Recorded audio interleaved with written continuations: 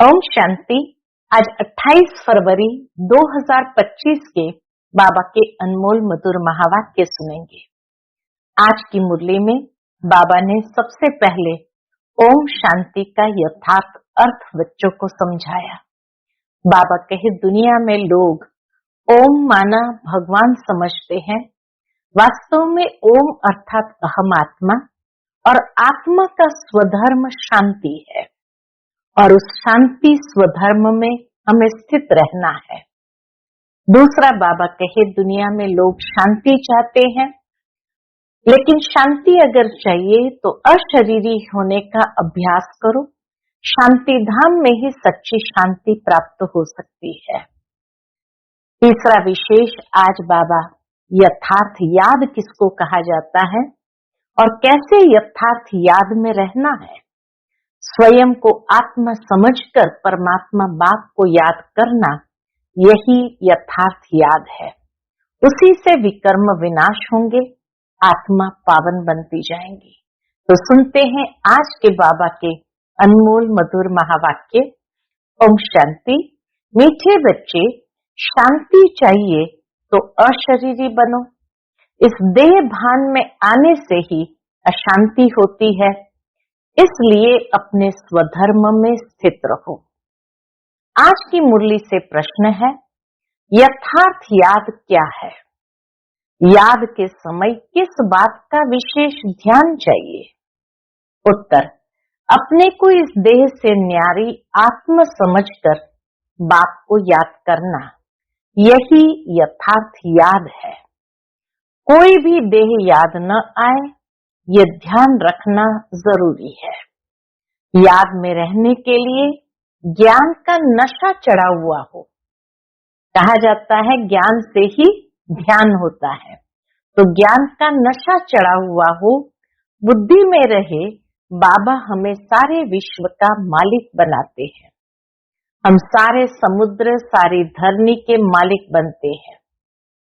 आज की मुरली से पहले गीत बजा है, तुम्हें पाके हमने जहां पा लिया, जहां तो क्या सारा आसमान पा लिया। ओम शांति।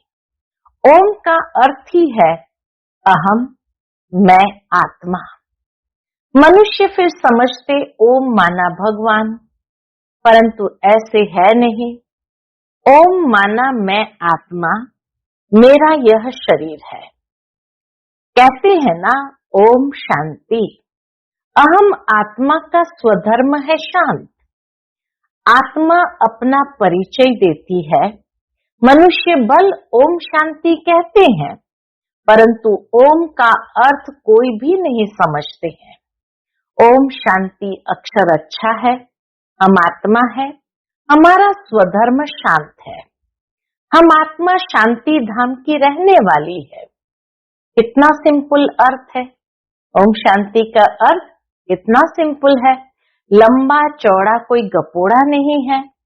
इस समय के मनुष्य मात्र तो यह भी नहीं जानते कि अभी नई दुनिया है व पुरानी दुनिया है। नई दुनिया फिर पुरानी कब होती है, पुरानी से फिर नई दुनिया कब होती है, ये कोई भी नहीं जानते।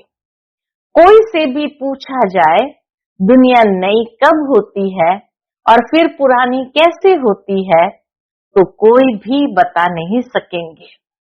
अभी तो कलयुग पुरानी दुनिया है, नई दुनिया सतयुग को कहा जाता है।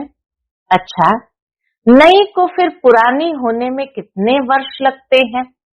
बाबा कहे किसी से भी पूछो नई दुनिया को फिर पुरानी होने में कितने वर्ष लगते हैं, यह भी कोई नहीं जानते।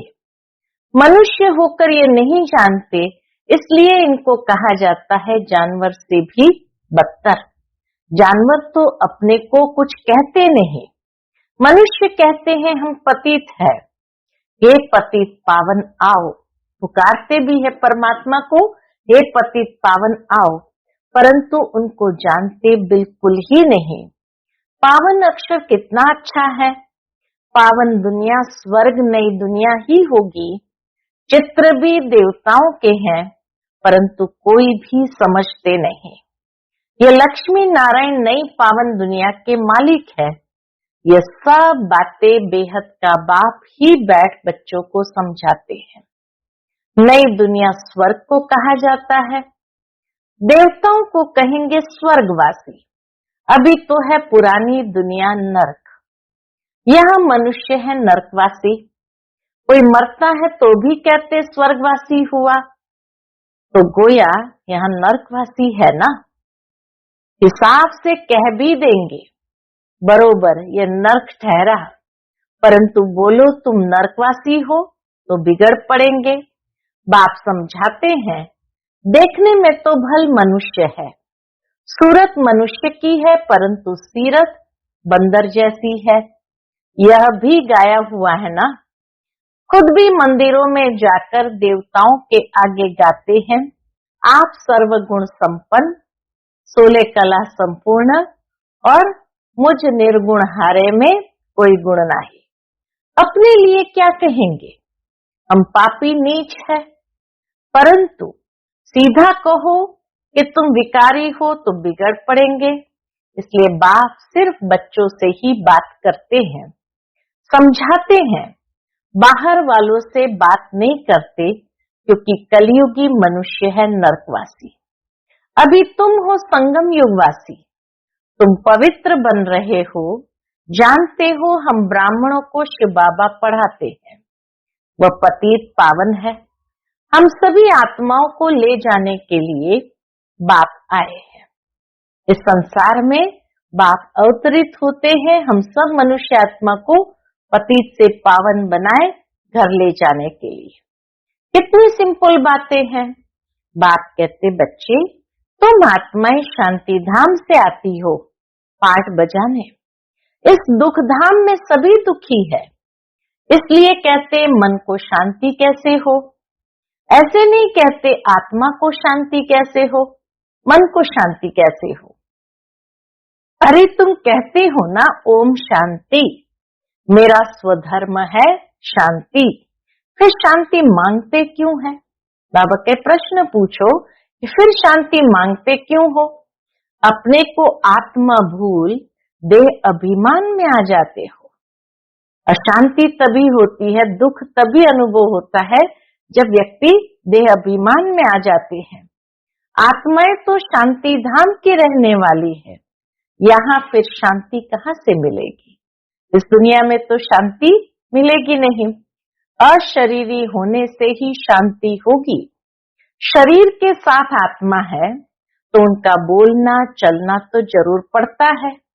हम आत्मा शांति धाम से यहाँ पाठ बजाने आए हैं। यह भी कोई नहीं समझते कि रावण ही हमारा दुश्मन है। कब से ये रावण दुश्मन बना है, यह भी कोई नहीं जानते।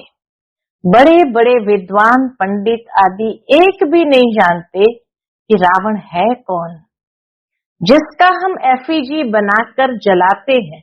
आखिर वो रावण है कौन, जिसके इतने एफिजी बनाकर जलाते, जन्म जन्मांतर जलाते आए हैं, कुछ भी पता नहीं। कोई से भी पूछो रावण कौन है, कह देंगे यह सब तो कल्पना है। जानते ही नहीं है तो और क्या रिस्पॉन्ड देंगे। शास्त्रों में भी है ना, हे राम जी संसार बना ही नहीं, ये सब कल्पना है। ऐसे बहुत कहते हैं। अब कल्पना का अर्थ क्या है। कहते हैं ये संकल्पों की दुनिया है, जो जैसा संकल्प करता है वह हो जाता है। जो जैसा संकल्प करेंगे वैसा हो जाता है। अर्थ नहीं समझते। बाप बच्चों को बैठ समझाते हैं, एक एक बात का अर्थ बाबा बैठ बच्चों को समझाते हैं। कोई तो अच्छी रीति समझ जाते हैं, कोई समझते ही नहीं है। जो अच्छी रीति समझते हैं उनको सगे कहेंगे, और जो नहीं समझते हैं वह लगे, अर्थात सौतेले हुए। अब सौतेले वारिस थोड़ी बनेंगे। बाबा के पास मातेले भी है तो सौतेले भी है। मातेले बच्चे तो बाप की श्रीमत पर पूरा चलते हैं। जो बाबा के सगे बच्चे हैं वह बाबा कहे मातेले बच्चे बाप की श्रीमत पर पूरा चलते हैं, सौतेले नहीं चलेंगे। बाप कह देते हैं ये मेरी मत पर नहीं चलते हैं, रावण की मत पर है। राम और रावण 2 अक्षर है, राम राज्य और रावण राज्य। अभी है संगम। बाप समझाते हैं ये सब ब्रह्मा कुमार ब्रह्मा कुमारियां शिव बाबा से वर्षा ले रहे हैं। तुम लेंगे? पूछते हैं बाबा तुम लेंगे, श्रीमत पर चलेंगे? तो कहते हैं कौन सी मत? बाप श्रीमत देते हैं कि पवित्र बनो। कहते हैं मनुष्य क्या कहते हैं? कहते हैं हम पवित्र रहे, फिर पति न माने तो मैं किसकी मानूं? वह तो हमारा पति परमेश्वर है, क्योंकि भारत में यह सिखलाया जाता है कि पति तुम्हारा गुरु ईश्वर आदि सब कुछ है, परंतु ऐसा कोई समझते नहीं है। उस समय हाँ कर देते हैं, मानते कुछ भी नहीं है, फिर भी गुरुओं के पास मंदिरों में जाते रहते हैं। पति कहते हैं तुम बाहर मत जाओ, हम राम की मूर्ति तुमको घर में रख कर देते हैं, फिर तुम अयोध्या आदि में क्यों भटकती हो? तो मानती नहीं। यह है भक्ति मार्ग के धक्के। वह जरूर खाएंगे, कभी मानेंगे नहीं। समझते हैं वह तो उनका मंदिर है। अरे तुमको याद राम को करना है कि मंदिर को? बाबा के किसको याद करना? राम को याद करना, मंदिर को याद करना, परंतु समझते नहीं। तो बाप समझाते हैं भक्ति मार्ग में कहते भी हो हे भगवान आकर हमारी सदगति करो, क्योंकि वह एक ही सर्व का सदगति दाता है। अच्छा वह कब आते हैं यह भी कोई नहीं जानते। बाप समझाते हैं रावण ही तुम्हारा दुश्मन है। रावण का तो वंडर है जो जलाते ही आते हैं लेकिन मरता ही नहीं है। रावण क्या चीज है यह कोई भी नहीं जानते। अभी तुम बच्चे जानते हो हमको बेहद के बाप से वर्षा मिलता है। शिव जयंती भी मनाते हैं, परंतु शिव को कोई भी जानते नहीं है। गवर्नमेंट को भी तुम समझाते हो शिव तो भगवान है, वही कल्प कल्प आकर भारत को नरकवासी से स्वर्गवासी, बेकर से प्रिंस बनाते हैं, पतित को पावन बनाते हैं। वही सर्व का सदगति दाता है। इस समय सभी मनुष्य मात्र यहाँ है। क्राइस्ट की आत्मा भी कोई न कोई जन्म में यहाँ है, वापस कोई भी जा नहीं सकते। इन सब की सदगति करने वाला एक ही बड़ा बाप है। वह आते भी भारत में है। वास्तव में भक्ति भी उनकी करनी चाहिए जो सदगति देते हैं। वह निराकार बाप यहाँ तो है ही नहीं। बाबा के वह निराकार बाप यहाँ तो है नहीं, उनको हमेशा ऊपर समझकर याद करते हैं। कृष्ण को ऊपर नहीं समझेंगे और सभी को यहाँ नीचे याद करेंगे। कृष्ण को भी यहाँ याद करेंगे। तुम बच्चों की है यथार्थ याद। तुम अपने को इस देह से न्यारा आत्मा समझकर बाप को याद करते हो। बाप कहते तुमको कोई भी देह याद नहीं आनी चाहिए, यह ध्यान जरूरी है। तुम अपने को आत्मा समझ बाप को याद करो। बाबा हमको सारे विश्व का मालिक बनाते हैं, सारा समुद्र, सारी धरनी, सारे आकाश का मालिक बनाते हैं। अभी तो कितने टुकड़े टुकड़े हैं, एक दो की हद में आने नहीं देते हैं। वहां यह बातें होती नहीं। सतयुग में कोई प्रकार की हदें नहीं है। भगवान तो एक बाप ही है, ऐसे नहीं कि सभी बाप ही बाप है। कहते भी है हिंदू चीनी भाई भाई, हिंदू मुस्लिम भाई भाई, परंतु अर्थ नहीं समझते हैं। ऐसे कभी नहीं कहेंगे हिंदू मुस्लिम बहन भाई, नहीं। आत्माएं आपस में सब भाई भाई है, तो आत्मिक नाते से कहते हैं, परंतु इस बात को जानते नहीं है। शास्त्र आदि सुनते सत सत कहते रहते हैं, अर्थ कुछ नहीं। वास्तव में है असत्य झूठ, सच खंड में सच ही सच बोलते हैं। यहाँ झूठ ही झूठ है, इसलिए इसको कहते हैं झूठ खंड। यहाँ झूठ ही झूठ है, बाकी सच खंड में सच ही सच है। कोई को बोलो कि तुमने झूठ बोला तो बिगड़ पड़ेंगे, तुम सच बताते हो तो भी कोई तो गाली देने लग पड़ते हैं। बाबा कहे तुम सच बताते हो तो भी कोई तो तुमको गाली देने लग पड़ेंगे। अब बाप को तो तुम ब्राह्मण ही जानते हो, तुम बच्चे अभी दैवी गुण धारण करते हो। तुम जानते हो अभी 5 तत्व भी तमो प्रधान है।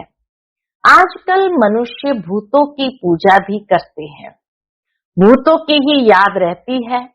बाप कहते अपने को आत्मा समझ, मामेकम याद करो, भूतों को मत याद करो।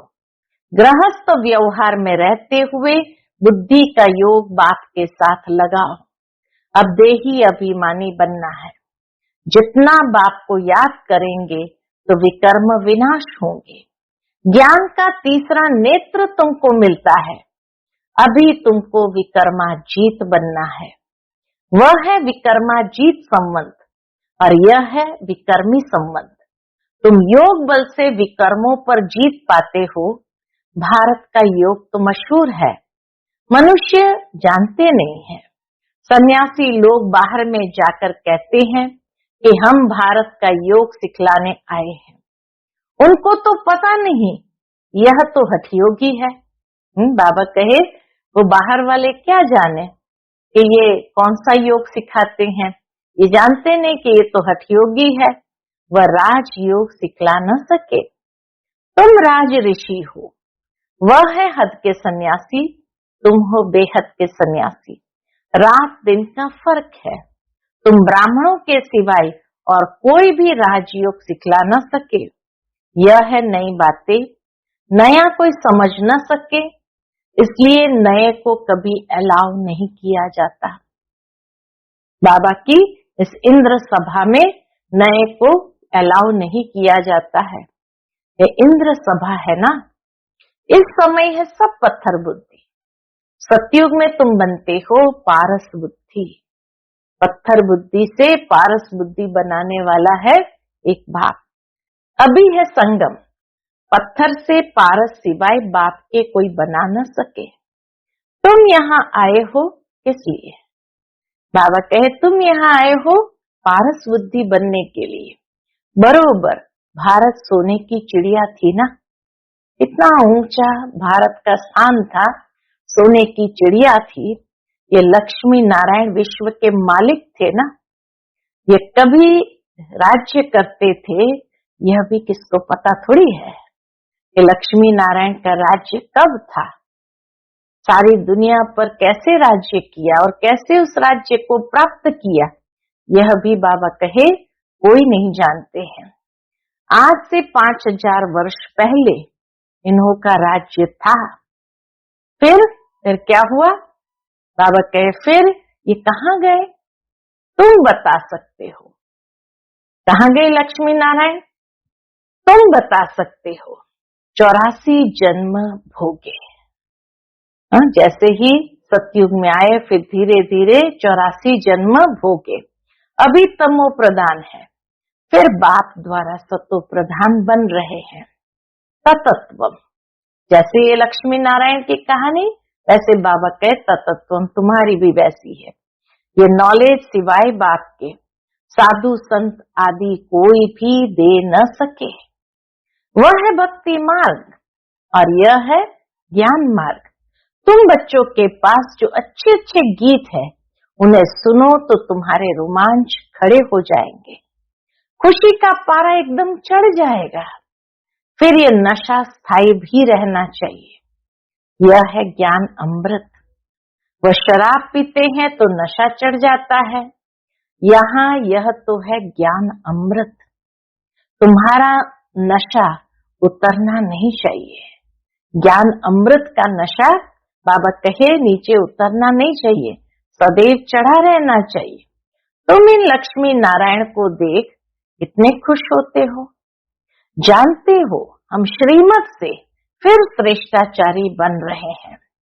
यहाँ देखते हुए भी बुद्धि योग कहाँ होना चाहिए। बाबा के यहाँ देखते हुए भी बुद्धि योग बाप और वर्षे में लगा रहे। अच्छा, मीठे मीठे सिकिलते बच्चों प्रति माता पिता बाप दादा का याद प्यार और गुड मॉर्निंग। रूहानी बाप की रूहानी बच्चों को नमस्ते। हम सभी रूहानी बच्चों की रूहानी माता पिता बाप दादा को याद प्यार, गुड मॉर्निंग और नमस्ते नमस्ते। शुक्रिया बाबा, शुक्रिया। आज की मुरली से धारणा के लिए मुख्य सार। पहली पॉइंट, विकर्माजीत बनने के लिए योग बल से विकर्मों पर जीत प्राप्त करनी है। यहाँ देखते हुए बुद्धि योग बाप और वर्षे में लगा रहे। दूसरी पॉइंट, बाप के वर्षे का पूरा अधिकार प्राप्त करने के लिए मातेला बनना है। एक बाप की ही श्रीमत पर चलना है। बाप जो समझाते हैं वह समझकर दूसरों को समझाना है। बाबा जो हम बच्चों को समझाते हैं तो वो बाबा कहे खुद समझकर फिर दूसरों को भी समझाना है। आज का बाप दादा का मधुर वरदान हम बच्चों के प्रति है। दिव्य बुद्धि के लिफ्ट द्वारा तीनों लोकों का सैर करने वाले सहज योगी भव। दिव्य बुद्धि के लिफ्ट द्वारा तीनों लोकों का सैर करने वाले सहज योगी भव। संगम युग पर सभी बच्चों को दिव्य बुद्धि की लिफ्ट मिलती है। इस वंडरफुल लिफ्ट द्वारा तीनों लोकों में जहां चाहो वहां पहुंच सकते हो। सिर्फ स्मृति का स्विच ऑन करो तो सेकंड में पहुंच जाएंगे और जितना समय जिस लोक का अनुभव करना चाहो उतना समय वहां स्थित रह सकते हो। इस लिफ्ट को यूज करने के लिए अमृत वेले केयरफुल बन स्मृति के स्विच को यथार्थ रीति से सेट करो। अथॉरिटी होकर इस लिफ्ट को कार्य में लगाओ तो सहज योगी बन जाएंगे। मेहनत समाप्त हो जाएगी। आज का स्लोगन है, मन को सदा मौज में रखना यही जीवन जीने की कला है। मन को सदा मौज में रखना यही जीवन जीने की कला है। क्योंकि आज के मनुष्य जीवन में मौज समाप्त और मूंज ज्यादा है, कंफ्यूजन ज्यादा है। मूंज के कारण जीना ही भूल गया है। उदासी गम जैसे घेर चुका है। इसलिए बाबा कहे सदा मौज में रहना यही जीवन जीने की कला है। आज के अव्यक्त इशारा, एकांत प्रिय बनो, एकता और एकाग्रता को अपनाओ। एकांतवासी का डबल अर्थ है, सिर्फ बाहर की एकांत नहीं लेकिन एक के अंत में खो जाना एकांत। नहीं तो सिर्फ बाहर की एकांत होंगी तो बोर हो जाएंगे, कहेंगे पता नहीं दिन कैसे बीतेगा। लेकिन एक बाप के अंत में खो जाओ, जैसे सागर के तले में चले जाते हुए तो कितना खजाना मिलता है, ऐसे एक के अंत में चले जाओ अर्थात बाप से जो प्राप्तियां हुई है उसमें खो जाओ। अच्छा, ओम शांति।